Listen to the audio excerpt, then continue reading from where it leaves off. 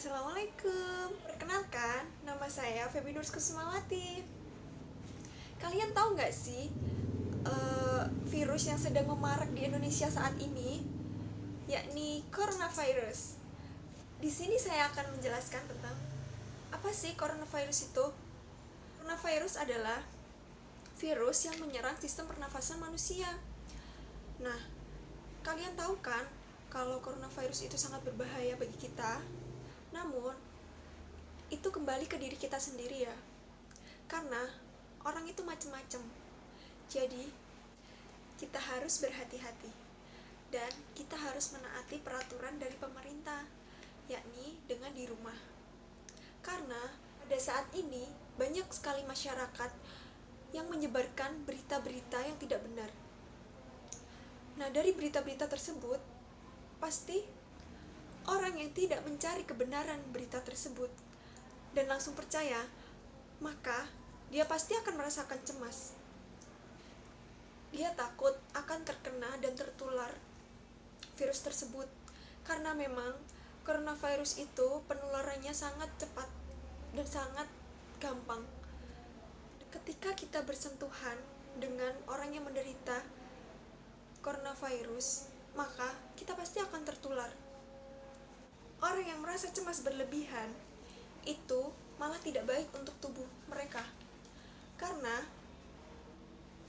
dengan adanya kecemasan itu akan mempengaruhi pikiran kita dan itu akan menjadikan kita mudah stres. Lalu daya tahan tubuh kita akan jadi menurun dan itu tidak baik untuk tubuh kita. Nah, dari hal tersebut saya di sini akan membahas tentang gangguan kecemasan. Dari adanya berita hoaks tentang coronavirus, yakni akan mempengaruhi pikiran kita sehingga akan timbul kecemasan dan akan mengakibatkan stres. Nah, itu akan menimbulkan orang mengalami gangguan kecemasan.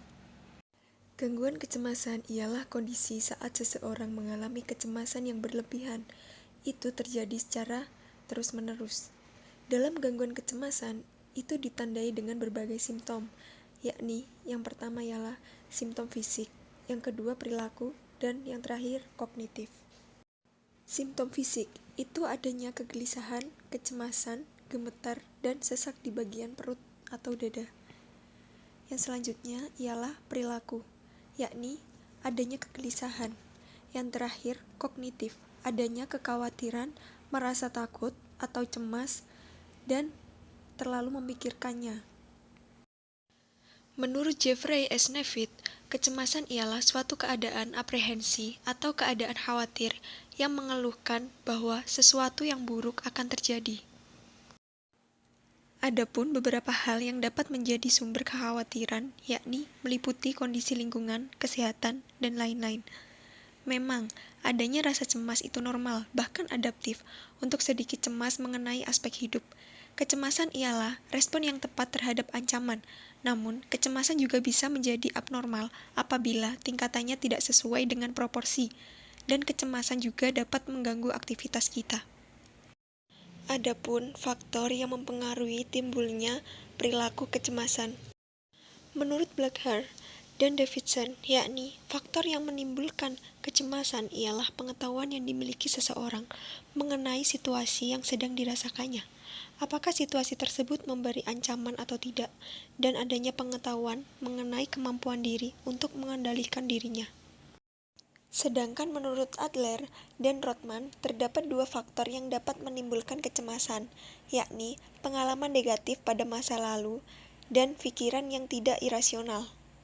Pikiran yang tidak irasional meliputi kegagalan katastrofik, yakni adanya asumsi dari individu bahwa sesuatu yang buruk akan terjadi pada dirinya.